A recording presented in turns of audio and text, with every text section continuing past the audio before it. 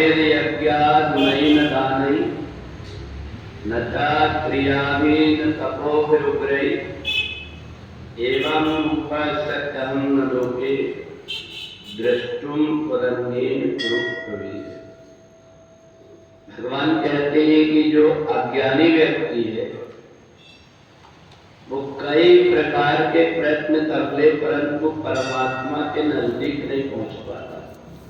कितना भी वेद पढ़ ले, दान दे ले, तप कर ले, परंतु वो परमात्मा के निकट नहीं पहुंच पाता। इसलिए नहीं पहुंच पाता क्योंकि उसकी अज्ञान से ग्रंथि बंधी हुई। और इसलिए व्यक्ति कोई चीज का अभ्यास करता है कि धीरे धीरे अभ्यास करते करते उसका स्वर बदल जाता है। ईश्वर की तरफ जो चलने लगता है उसका स्वर बदल जाता है। वो सब प्रकार से सबके साथ में मिलकर के शब्द का उच्चारण करने लगता है धीरे धीरे अभ्यास करके। और जब वो स्वर के माध्यम से ईश्वर के नजदीक पहुंच जाता है तो उसकी वाणी का प्रभाव भी बदल जाता है। किसके साथ कैसा व्यवहार करना है, कौन सी भाषा का प्रयोग करना है, ये सब कुछ धीरे धीरे बदल जाता है।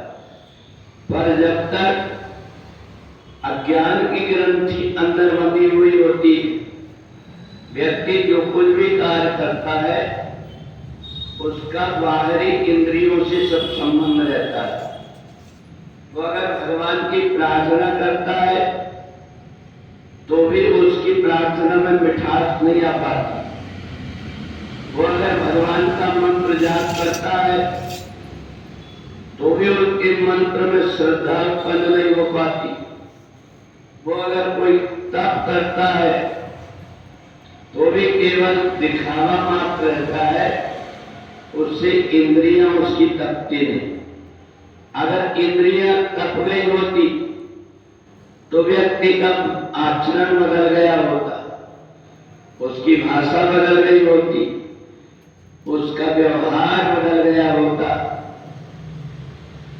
परंतु अज्ञानी व्यक्ति कई दिनों तक सब प्रकार के प्रयत्न करता है परंतु जहां की वहीं खड़े इसलिए रहता है उसको पता नहीं। अगर कोई व्यक्ति नाव चलाना सीखना चाहे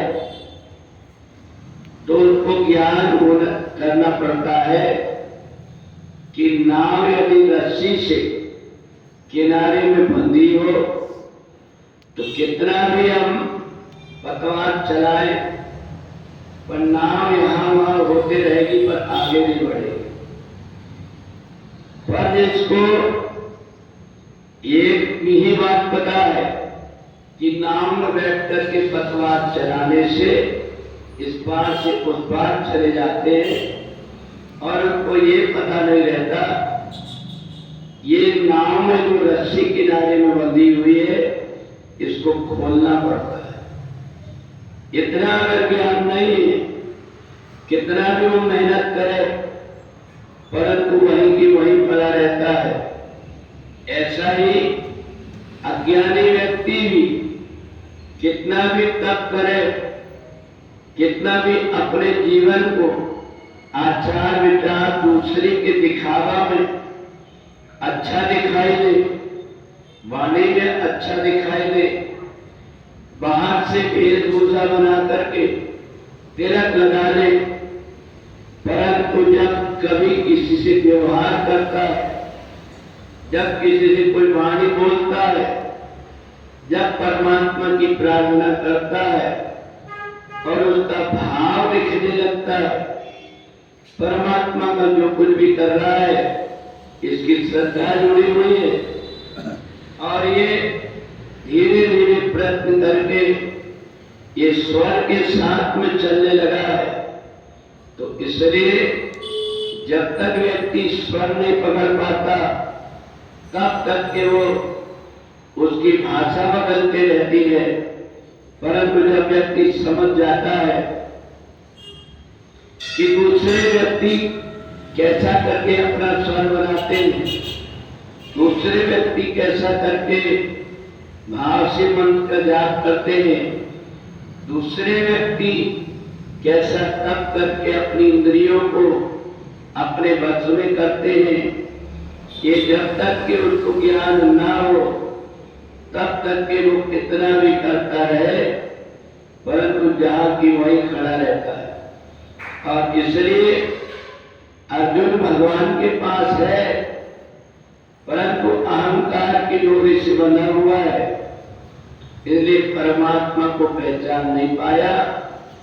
भगवान ने जब उसके अंदर की दृष्टि को खोला, जो बंधन बंधा हुआ था कि परमात्मा के साथ रह करके हे कृष्ण हे यादव हे सकेती ऐसे जो भाषा का प्रयोग करता था, उसकी भाषा बदल गई भगवान को देख करके, और भगवान के प्रभाव को समझ गया।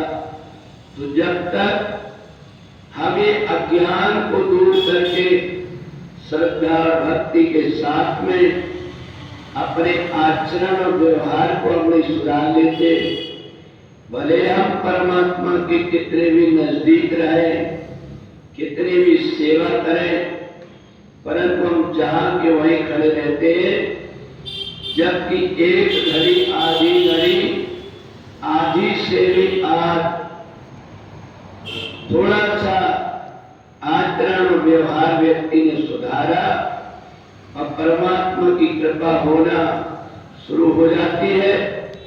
जो कुछ उसके अंदर कमी है, उसकी श्रद्धा के कारण, उसके भाव के कारण, उसकी लगन के कारण परमात्मा अपने आप उसकी कमी दूर करके और उसको सद्ज्ञान प्रदान कर देते हैं। बड़ी वृंदावन बिहारी